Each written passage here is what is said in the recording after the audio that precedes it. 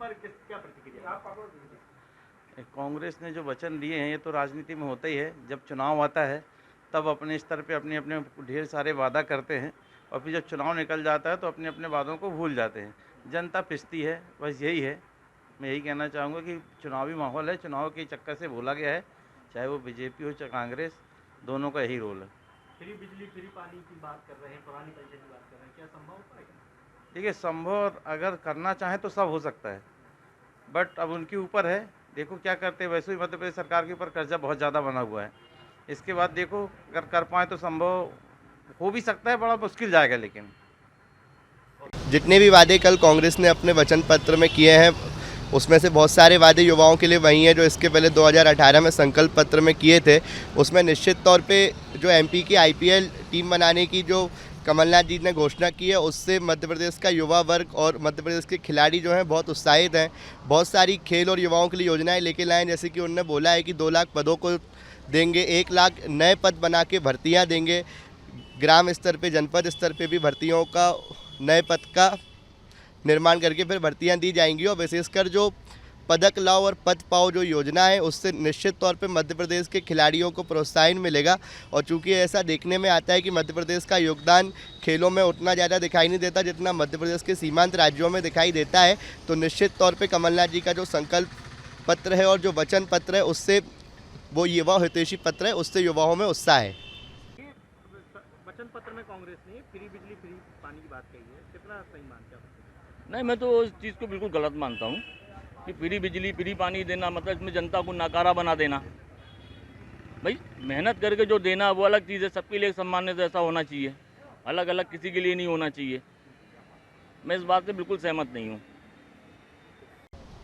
देखिए, हमें लगता है कि कांग्रेस पूरा करेंगे। और जो बात रही आईपीएल की, आईपीएल का जो ये घोषणा सुन के पूरे मध्य प्रदेश में हर्षोल्लास का माहौल फैला हुआ है। हर युवाओं में जोश है कि यार हमें भी अब मौका मिलेगा। पहले क्या होता था कि हमारे एमपी वाले को इतना मौका नहीं मिलता था, उतना खेल में टाइम भी नहीं देते थे। लेकिन मैं अब देख रहा हूँ कल से कि हर जगह लोग पोस्ट करते हैं, फेसबुक में, स्टोरी में, अपने इंस्टाग्राम पे, मतलब हर जगह खुशी का माहौल है। और हमें यकीन है कि शायद ये होना ही है, कंपलसरी है कि हमारी कांग्रेस की सरकार अगर आई तो ये आईपीएल मध्य प्रदेश की टीम बनना तय है।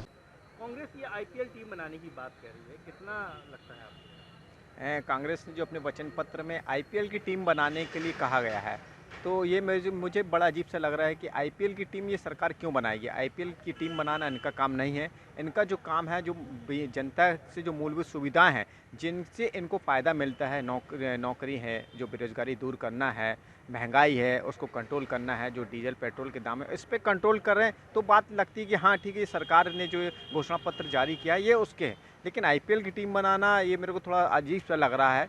और जहाँ तक आईपीएल की बात है, ये खिलाड़ी तय करेंगे, बीसीसीआई तय करेगी, सरकार ये तय नहीं करती। तो ये बड़ा अजीब सा इनके घोषणा पत्र में दिया है कि हम आईपीएल की टीम बनाएंगे, जो मुझे बिल्कुल अजीब सा लग रहा है।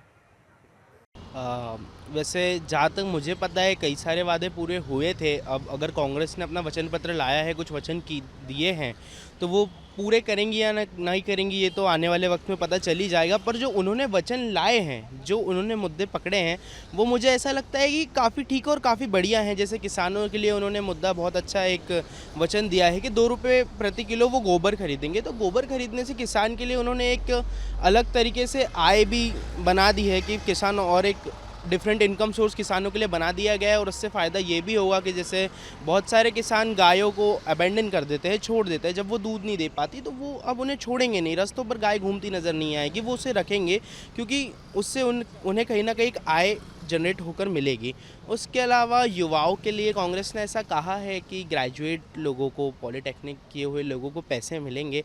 तो एज अ स्टूडेंट मुझे लगता है कि ये बहुत अच्छा इनिशिएटिव है, क्योंकि बच्चे अक्सर छोटे शहरों से बड़े शहरों की तरफ आते हैं पढ़ने लिखने के लिए, वो यहाँ रहते हैं, उनका बहुत खर्चा होता है।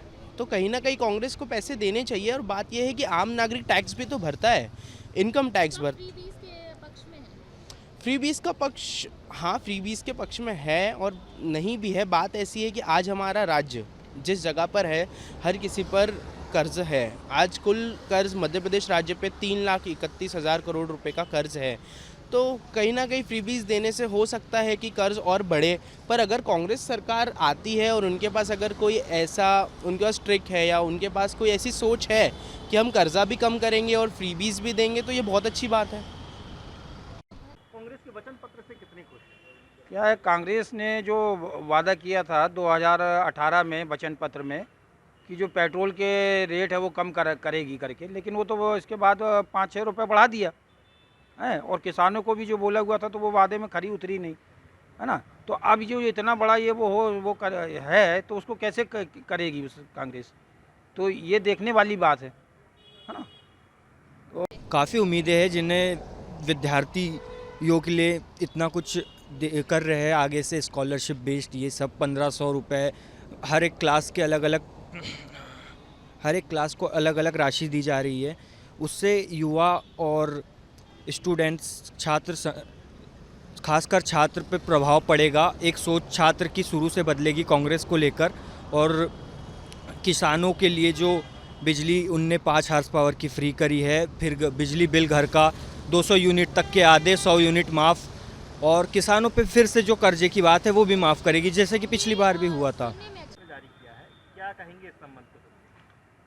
हाँ, आज मैंने अखबार में पढ़ा कि पार्टियां अपना वचन पत्र पेश कर रही हैं।